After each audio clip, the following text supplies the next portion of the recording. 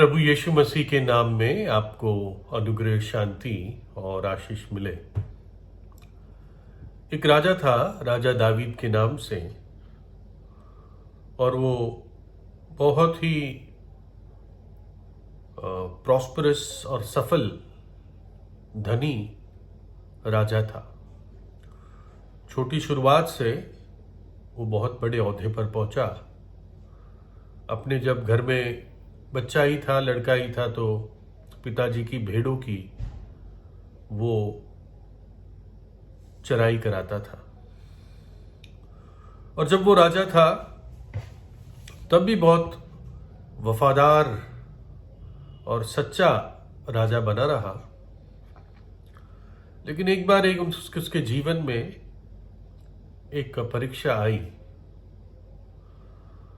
एक दिन उसने अपने कर्मचारी, जिसका नाम था हित्ती उरिया, जो राजा की सेना में काम करता था, उसकी पत्नी को देखा और उसको देखकर वो मोहित हो गया।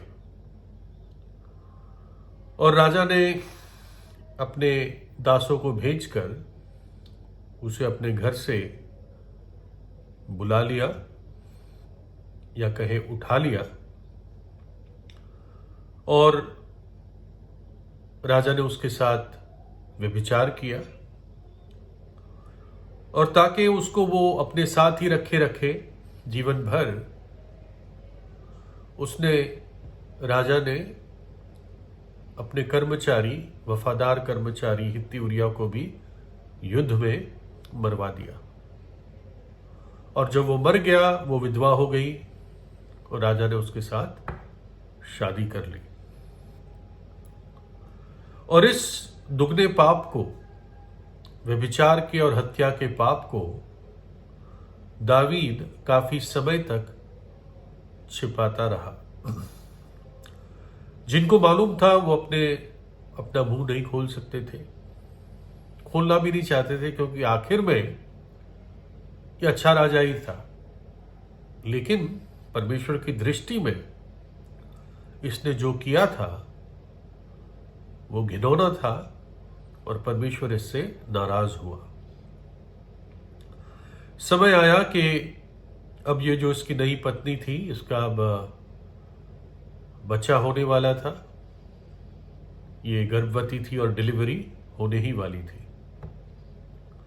उस समय परमेश्वर ने अपने एक नबी को, दास को, भविष्यद्वक्ता को दावीद के पास भेजा। और दावीद इस भविष्यद्वक्ता, जिसका नाम नतान था, उसको भली भांति जानता था। और उसने नतान को वेलकम किया, और नतान एकदम एक कहानी दावीद को बताने लगा, एक दृष्टांत। मैं कुछ अपने शब्दों से समझाने की कोशिश करूंगा, लेकिन ये दूसरा शमूएल 12 में लिखा है। तब परमेश्वर ने दावीद के पास नतान को भेजा, और वह उसके पास जाकर कहने लगा, एक नगर में 2 मनुष्य रहते थे, पड़ोसी थे, जिसमें एक धनी और एक गरीब था। जो अमीर था उसके पास बहुत सी भेड़ बकरियां और जानवर थे,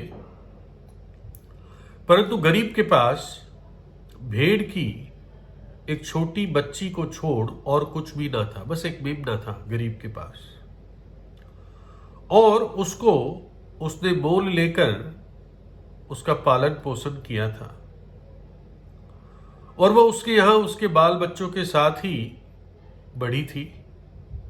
वो उसके ही खाने पीने में से वो भेड़ खाती पीती थी, और उसको गोद में उठाए रखते थे।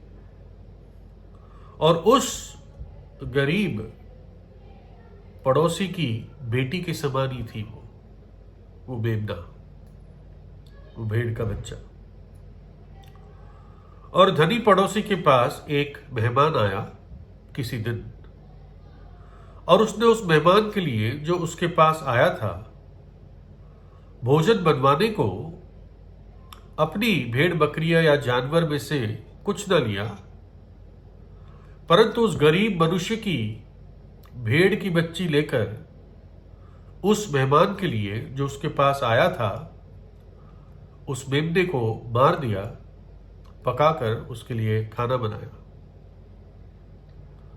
तब राजा दावीद का क्रोध यही सुनते उस मनुष्य पर बहुत भड़का और उसने नतान भविष्यद्वक्ता से कहा, परमेश्वर के जीवन की शपथ, जिस मनुष्य ने ऐसा काम किया वो प्राण दंड के योग्य है और उसको वो भेड़ की बच्ची का औगुना भर देना होगा, क्योंकि उसने ऐसा काम किया और कुछ दया नहीं की।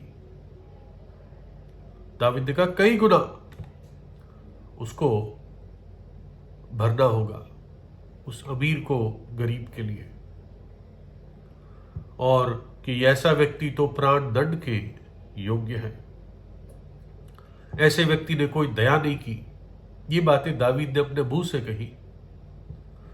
और जब वो कह चुका तो नतान ने कहा, तू ही वो मनुष्य है, वो अमीर मनुष्य तू ही है, और वो गरीब मनुष्य वो है जिसके साथ तूने विश्वासघात किया, तेरा कर्मचारी हित्ती उरिया। तूने तो परमेश्वर की आज्ञा तुच्छ जानकर क्यों वो काम किया जो उसकी दृष्टि में बुरा है। हित्ती उरिया को तूने तलवार से घात किया और उसकी पत्नी को अपना कर लिया, और हित्ती उरिया को दुश्मनों के तलवार से मरवा डाला। इसलिए अब दावीद तेरे न्याय, तेरी सजा को सुन ले। अब तलवार तेरे घर से कभी दूर न होगी, क्योंकि तूने मुझे, परमेश्वर कहता है, तूने मुझे तुच्छ जानकर हित्ती उरिया की पत्नी को अपनी पत्नी कर लिया है।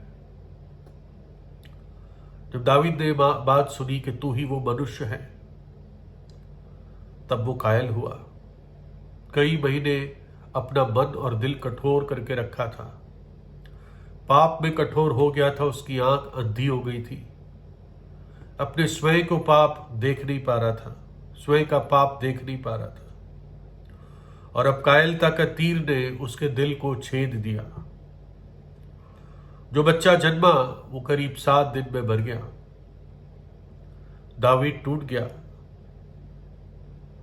मुख्य कारण ये नहीं था कि बच्चा मर गया और परमेश्वर ने उसको सजा घोषित की, जो आने वाले दिनों में भी उस पर वो ताड़ना आनी थी, लेकिन अब उसको दुख हुआ कि जिस परमेश्वर के वचनों से, आज्ञाओं से वो प्रेम रखता था, उसने 2 मुख्य गंभीर परमेश्वर की आज्ञाओं को तोड़ा, अर्थात तू व्यभिचार ना करना और तू हत्या ना करना। और ये 2 पाप ऐसे हैं जो एक व्यक्ति के डीएनए पर दाग लगा देते हैं, दाग जाते नहीं हैं। जिन्होंने भी इस प्रकार से व्यभिचार का पाप किया है और हत्या का पाप किया है, उनके डीएनए पर सदा के दाग रहते हैं। और ऐसे व्यक्ति अगर उसी स्थिति में मर जाते हैं तो नरक का दंड उनका इंतजार करता है। मैं कुछ वचन पढ़ता हूं तो दावीद ने फिर पश्चाताप के रूप में एक गीत लिखा, पश्चाताप किया, बहुत दुखी हुआ। भजन 51 में है, मुझे भली भांति धोकर मेरा अधर्म दूर कर और मेरा पाप छुड़ाकर मुझे शुद्ध कर। मैं तो अपने अपराधों को जानता हूं और मेरा पाप निरंतर मेरी दृष्टि में रहता है। मैंने केवल तेरे ही विरुद्ध पाप किया है और जो तेरी दृष्टि में बुरा है वही किया है। देख, मैं अधर्म के साथ उत्पन्न हुआ और पाप के साथ अपनी माता के गर्भ में पड़ा। मैं तो जन्म से ही पापी हूं। देख, तू हृदय की सच्चाई से प्रसन्न होता है और मेरे मन ही में ज्ञान सिखाएगा। जूफा से मुझे शुद्ध कर, तो मैं पवित्र हो जाऊंगा। मुझे धो और मैं हीम से भी अधिक श्वेत बनूंगा। हे परमेश्वर, मेरे अंदर शुद्ध मन उत्पन्न कर और मेरे भीतर स्थिर आत्मा नए सिरे से उत्पन्न कर। टूटा हुआ मन परमेश्वर के योग्य बलिदान है। हे परमेश्वर, तू टूटे और पिसे हुए मन को तुच्छ नहीं जानता। उसकी पुकार को सुने। वो कहता है, प्रभु मुझे धो दे, प्रभु मुझे शुद्ध कर, मुझे अंदर से शुद्ध कर, मुझे हीम से भी अधिक श्वेत बना दे। ये ऐसे पाप थे जिसके लिए कोई कुछ बलिदान नहीं ला सकता था। कोई भेंट लाकर परमेश्वर को मना नहीं सकता था। इन पापों का जो सजा थी वो मृत्यु दंड ही था। लेकिन दावीद बहुत टूटे मन से पछताव करता है। मानो कि परमेश्वर को कहता है कि मैं तो योग्य हूं मृत्यु दंड के, और कुछ होता तो मैं लाता भी, अगर मैं कोई बलिदान ला सकता था। बस प्रभु अब मुझे क्षमा कर दे, मेरे अंदर एक शुद्ध मन उत्पन्न कर। और परमेश्वर ने दावीद को क्षमा किया। है ना? ऐसे जैसे मैंने बताया, ऐसे पापों के लिए अगर कोई व्यक्ति इन पापों में मर जाता है तो कोई भी हल नहीं है इसके लिए। हल सिर्फ इस जीवन में है। हल परमेश्वर के पास है। और वो हल क्या है? वो परमेश्वर ने पूरे जगत के लिए तैयार किया है। और भी कई प्रकार के पाप होते हैं। इस कहानी में जो दो मुख्य पाप थे वो मैंने आपको बताए, जिसके शिकार बहुत लोग होते हैं। गर्भपात, एबॉर्शन भी हत्या है। दावीद का पश्चाताप बहुत सच्चा था और परमेश्वर ने उसको क्षमा किया। लेकिन क्षमा ऐसे ही नहीं किया। एक व्यक्ति सिर्फ पश्चाताप ही करे, बहुत माफी मांगे, बहुत दुख हो उसको, तब भी परमेश्वर क्षमा नहीं कर सकता, क्योंकि वो धर्मी परमेश्वर है, वो न्यायी है। अगर एक हत्यारा जज के सामने रोए पीटे, अपने वस्त्र फाड़ दे, अपना सिर दीवार पर मारे, तो क्या एक जज, एक न्यायी उसको माफ कर सकता है? नहीं, उसको सजा तो देनी ही पड़ेगी। तो इसलिए परमेश्वर, क्योंकि दयालु है, एक रोते हुए व्यक्ति को देखकर उसके मन में तरस भर आती है, लेकिन वो फिर भी ऐसे माफ नहीं कर सकता, क्योंकि सच्चा न्यायी है। इसलिए मनुष्य का रूप धारण करके परमेश्वर जगत में आया, प्रभु यीशु मसीह जगत में आया और मेरे और आपकी और दावीद की उन पापों की भी सजा अपने ऊपर ली। कलवरी के क्रूस पर उसने दुख उठाया, उसने कीमत चुकाई, अपना पवित्र लहू बहा दिया, ताकि जब एक पापी विश्वास करता है तो यीशु का लहू उसको सब पापों से शुद्ध करता है। और जैसे मैंने बताया, ये ऐसे पाप थे जिससे डीएनए पर परमानेंट हमेशा के दाग लग जाते हैं, लेकिन प्रभु यीशु का लहू जब उस डीएनए पे लगता है, जब वो पापी पश्चाताप करता है, तो प्रभु यीशु का लहू उन दागों को भी दूर कर देता है, उस व्यक्ति को नया बना देता है। जो भी यीशु मसीह में है, विश्वास करते हैं, वो अब एक नई सृष्टि है। पुरानी बातें बीत गई, देखो सब बातें नई बन गई। परमेश्वर उस पापी को, उसकी आत्मा को, उसके डीएनए को हीम से भी अधिक श्वेत बना देता है। एक नया मन उत्पन्न करता है। तो प्रभु यीशु पर विश्वास करें। पापों में मरना बहुत भयानक बात है, चाहे ऐसे पाप हो चाहे झूठ भी क्यों ना हो। झूठ भी एक पाप है, झूठों का भी भाग नरक में होगा, बाइबल बताती है।